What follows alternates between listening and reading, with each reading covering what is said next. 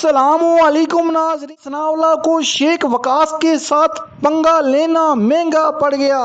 شیخ وقاص اپنی اوقات میں رہو، مجھے پتہ ہے کہ تم عمران خان کے بہت بڑے ٹاؤٹ ہو۔ تمہارا اور تمہارے لیڈر کا انجام ایسا ہوگا کہ ساری دنیا یاد رکھے گی۔ بس یہ کہنے کی دیر تھی ناظرین، پھر شیخ وقاص کا پارا ہائی ہو گیا۔ رانا ثناء اللہ کو پکڑ کر ایسا دھویا کہ رانا ثناء اللہ پورے شو میں معافیاں مانگتے رہے، مگر شیخ وقاص اکرم نے تاریخ رقم کر دی۔ لائیو شو میدان جنگ بن گیا، اینکر کو مجبوراً بریک لینا پڑی۔ یہ ناظرین پہلے یہ زبردست اور سنسنی خیز ویڈیو دیکھتے ہیں، پھر اس پر بات بھی کریں گے۔ اگر آپ کو ویڈیو اچھی لگے تو آپ اس چینل کو سبسکرائب بھی کر سکتے ہیں اور بیل آئیکن کو بھی پریس کر سکتے ہیں، بالکل فری میں۔ جائیداد خریدنا غیر قانونی نہیں ہے، لیکن کس پیسے سے خریدی گئی، کس طریقے سے پیسہ اس کا سورس کیا ہے؟ دیکھیں، نظام تو طلعت بھائی یہی ہے، اسی نظام کو ہم نے ٹھیک کرنا ہے اور اسی نظام کو ٹھیک کر کے کیسے آگے ٹھیک لے کرنا ہے؟ کیسے ٹھیک کرنا؟ دیکھیں، جب آپ نے بات نہیں کرنی، جب آپ ٹھیک کو ٹھیک کہیں گے، غلط کو غلط کہیں گے، بری چیز کو آپ کنڈیم کریں گے، اپنے حقوق کے لیے کھڑے ہوں گے، حق سچ کی بات کریں گے، یہ پہلا قدم ہوگا۔ نظام کیسے ٹھیک ہوتے ہیں؟ جس وقت آپ بنیادی چیزوں کی نشاندہی کرتے ہیں اور پھر ان کی بہتری کے لیے کام شروع کرتے ہیں، اصلاح کے لیے کام شروع کرتے ہیں، نظام یہاں سے بہتر ہونے شروع ہوتے ہیں۔ ساری حکومت مینڈیٹ چور ہے اور فوج کا سربراہ، فوج ساری ملا کے بادشاہ ہے۔ یہ آپ کی پارٹی کا بیان ہے، تو پاکستان میں تیسرا، آپ مجھے یہ بتائیں، تیسرا بندہ ہے۔ آپ مجھے صرف یہ بتائیں، ہمارے باقی فارم 47 والوں کی سٹوریز ہیں، اگر آپ ایک کرنی شروع کر دیں کہ کس کو کس جگہ پہ آر او کے آفس میں کس چیز کا سامنا کرنا پڑا، وہ آپ کا نیریٹیو ہے۔ میں جاننا چاہ رہا ہوں کہ آپ نے وہ نیریٹیو بلڈ ہوا نا جی زمینی تو حقائق آپ سے۔ نے بات کے رانا صاحب سے آپ نے بات نہیں کرنی ہے، فوج سے آپ نے لڑائی کرنی ہے، تو پھر چلائیں گے کیسے نظام؟ اس میں دیکھیں ان کی بات جو ہے وہ بڑی دلچسپ ہے۔ ان کا موقف یہ ہے کہ یہ مینڈیٹ ان کا چوری ہوا اور وہ اسٹیبلشمنٹ نے چوری کر کے تو ہمیں دے دیا، تو جس نے چوری کر کے دیا ہے ان کے ساتھ بات کرنے کو تیار ہیں، تو جنہوں نے کیا کچھ نہیں ہے تو ان کے ساتھ بات کرنے کو تیار نہیں ہے۔ اور یہاں پہ میں ایک بات اور بھی کہ دیکھیں، یہی موقف ہمارا تھا 2018 میں، اس وقت آر ٹی ایس تھا، اب فارم 47 اور 45 ہے۔ تو اس وقت جب ایک نظم قائم ہو گیا، حکومت بن گئی، عمران خان صاحب پرائم منسٹر بن گئے، تو ہم نے جب شور شرابہ کیا تو انہوں نے کہا کہ جی دیکھیں، جوڈیشل کمیشن کا تجربہ تو ناکام ہو گیا ہے، جوڈیشل کمیشن بنا تھا، اس میں کچھ نہیں نکلا، 2013 میں پھر جو ہے وہ اس کے فیصلے میں تنقید ہوتی رہی، یہ ہوا وہ ہوا۔ ایسا کرتے ہیں کہ پارلیمانی کمیشن بناتے ہیں اور اس میں بیٹھ کے آپ حل کریں، اور جن سیٹوں پہ آپ کہیں گے وہاں پہ ری الیکشن ہو جائے گا یا اس کا جو بھی پارلیمانی کمیشن فیصلہ کرے۔ ہم نے کہا جی ٹھیک ہے، پارلیمانی کمیشن بن گیا، پرویز خٹک صاحب اس کے سربراہ تھے، میں اس کا ممبر تھا، اس کی ایک میٹنگ ہوئی، اس کے بعد دوبارہ اس کی میٹنگ نہیں ہوئی۔ پرویز خٹک صاحب سے ہم پوچھتے رہے کہ جناب اس کی میٹنگ، اس نے کہا عمران خان مجھے اجازت دے گا تو دوسری میٹنگ کروں گا۔ تو معاملہ یہ کہ چلیں پارلیمانی کمیشن بنا لیں، ویسے بنا جیسا پرویز خٹک والا تھا، نہیں اب کے بہتر بنا لیں۔ اگر اس وقت وہ پارلیمانی کمیشن کام کرتا اور اس وقت ہونے والے الیکشن کے اوپر جو اعتراضات تھے وہ ریڈریس ہو جاتے تو شاید دوبارہ یہ موقع ہی نہ آتا۔ تو پھر آپ انگیجمنٹ کی بات کریں، لیکن پہلے نقطے پہ آئیے گا جنہوں نے کہا، جنہوں نے مبینہ طور پر چوری کر کے ان کے حوالے کیا، ان سے آپ بات کرنا چاہ رہے ہیں۔ سر دیکھیں، بات یہ ہے، خان صاحب نے آج سے 3 ہفتے پہلے بھی یہ کہا، خان صاحب نے یہ کہا کہ میں بالکل مذاکرات کا حامی ہوں، پولیٹیکل لوگ آپس میں ڈائلاگ کرتے رہتے ہیں، بات یہ ہے کہ اور ہمیشہ مذاکرات ہوتے مخالفوں کے ساتھ ہے، اوبویسلی سچویشن ایسی ڈیولپ ہوتی ہے، تو آپ اس بات کا تعین کریں ہمارا سب سے بڑا مخالف کون ہے۔ اوبویسلی جس نے ہم سے چھین کے چیزیں ان کو دی ہیں، یہ تو بینیفیشری ہوئے، تو ہمارا بڑا مخالف وہی ہے۔ بات آپٹکس میں یا فلسفی میں کرنے کی ضرورت نہیں ہے، آپ نے بات کر دی، یہ بات کھل کے کر لیتے ہیں۔ یہاں پہ حالات اس وقت یہ ہے کہ حکومت کے اندر اپنی مرضی کے وزیر نہیں لگا سکتے ہیں، آپ اپنے افسران اپنی مرضی سے نہیں لگا سکتے ہیں، آپ اپنے بندے، بہت سے معاملات ہیں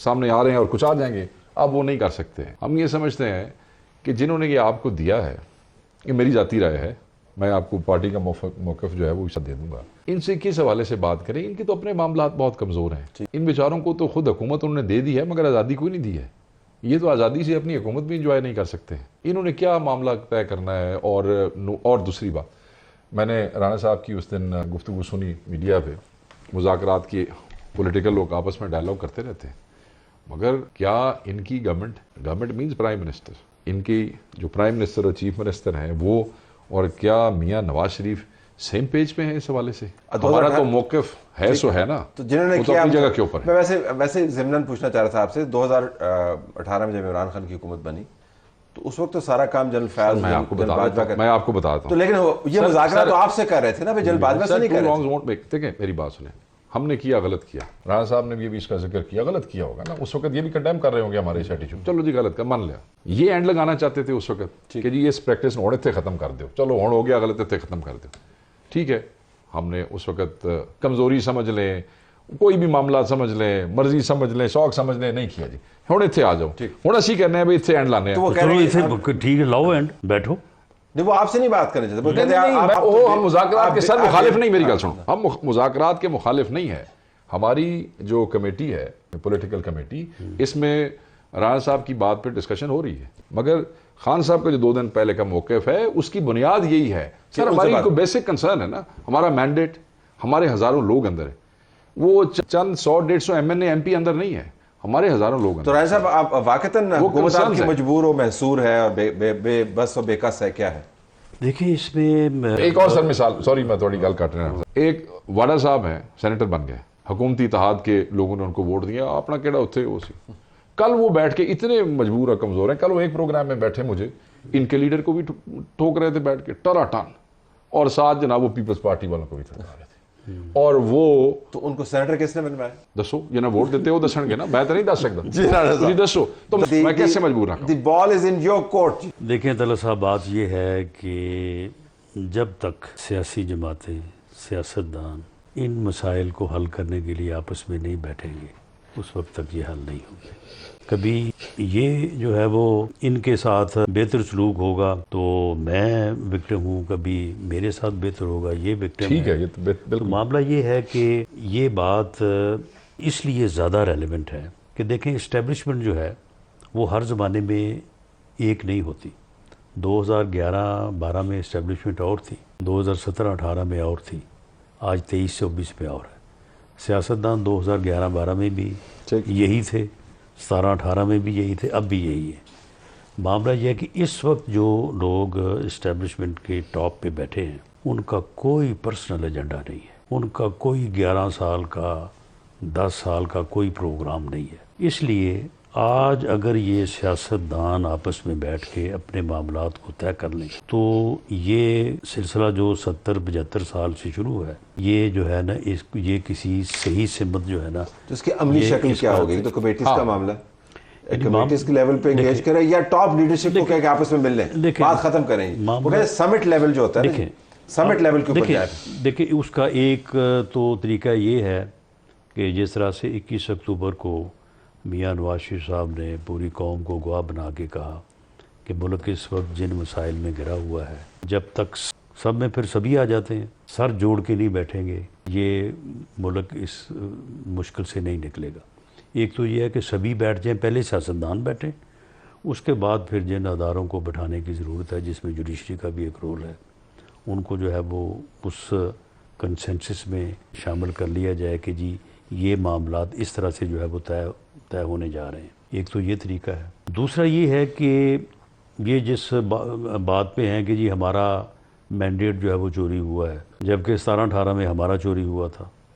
اب اگر آپ اس بات پہ جائیں تو بھئی اگر ہمارا 17-18 میں کوئی آپ کو مینڈیٹ چوری کر کے نہ دیتا، آپ اس ملک کے اوپر مسلط نہ ہوتے، آپ کی حکومت نہ بنتی، تو یہ بعد میں سارے معاملات ہوتے ہی نا۔ ایک سیٹ تھی، ایک ہی رہ جاتی جو 2011 سے پہلے تھی، 11 سے جو ہے وہ آپ کو اٹھایا گیا، بنایا گیا، پھر یہاں تک لایا گیا۔ معاملہ یہ ہے کہ پارلیمانی کمیشن جو ہے وہ بن جائے، بننے کے بعد ان کے مینڈیٹ سے متعلق جو بھی وہ ایشوز ہیں وہاں پہ ریز کر لیں، ڈیسائیڈ کرے، اس کے مطابق جو پارلیمانی کمیشن ہو جائے۔ Unfortunately you only have 30 seconds to respond, کیونکہ ٹائم کا بالکل وقت ہمارا ختم۔ دیکھیں جی، ہم مذاکرات کے بالکل خلاف نہیں ہیں، مذاکرات کے پارلیمانی حق میں کمیشن ہے، مگر somebody who can actually make a difference، سیدھی سی بات ہے۔ پیرلل ٹریکس کر لینا جو میک اے ڈفرنس والے بھی نہیں، ہیں۔ اگر ہم آپس میں صرف گپ لگائیں اور لوگوں کو ہم کہیں کہ ہم آپس میں لڑ رہے ہیں۔ پی ایس سی کی چیئرمین شپ کے اوپر مذاکرات ہو سکتے ہیں، ایڈوائزری کمیٹی میں روز نہیں، تو بات تو ہوتی ہے نا، بات تو آپ کرتے ہیں نا، مذاکرات سر کس نہیں پی اے سی کی چیئرمین شپ کے لیے بات ہو رہی کہ نہیں ہو رہی؟ بالکل سر نہیں ہو رہی نہیں سر نہیں تو پھر آپ نے جو وہ تو ایک سر ٹریڈیشنل طور پہ قانون نہیں ہے. نہیں آپ نے بروت صاحب کا نام دیا تھا نا. نہیں بالکل ہم نے ایگری نہیں کیا. اب وہ نام انہوں نے بدلا. نہیں سر نہیں آپ کو انہوں نے انفارمیشن ٹھیک نہیں دی. آج تک پی ٹی آئی نے یا ایس آئی سی نے کوئی بھی نام ان رائٹنگ نہیں دیا تھا نا. مروت صاحب نہیں رائٹنگ نہیں دیا, لیکن آپ کمال تو آپ کہے نا آپ ان رائٹنگ کوئی چیز دیتے نہیں. سر لیٹر اینڈ اسپرٹ پہ گل کریے نا سر. مروت صاحب کے بعد ان کا نام آیا ہی اس بنیاد کے اوپر کہ ہم نے اس نام پہ ایگری نہیں کیا. سر دیکھیں میں آپ کو بتاتا ہوں, رانا صاحب یہ نے فیکٹ ہے.